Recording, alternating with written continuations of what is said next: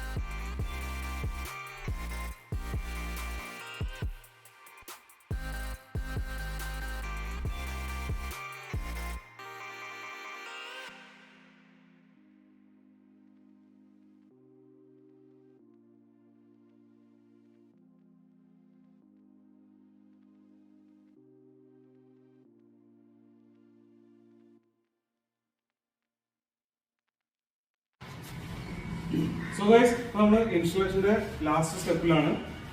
ഇതിന്റെ rear വീലിന്റെ application കൂടി കഴിഞ്ഞാൽ ഇത് നമ്മൾ മാസ്കിംഗ് ടൈപ്പ് ഒഴിവാക്കി പ്രെപ്പ് ചെയ്ത് പിന്നെ നമ്മൾ ക്യൂർ ചെയ്യാൻ വേണ്ടിയിട്ട് ഒരു 4 to 5 days നമ്മൾ വെക്കും. സോ ഒരു 4 to 5 days കഴിയുമ്പോൾ അത് കംപ്ലീറ്റ് ആയിട്ട് സെറ്റ് ആവുള്ളൂ.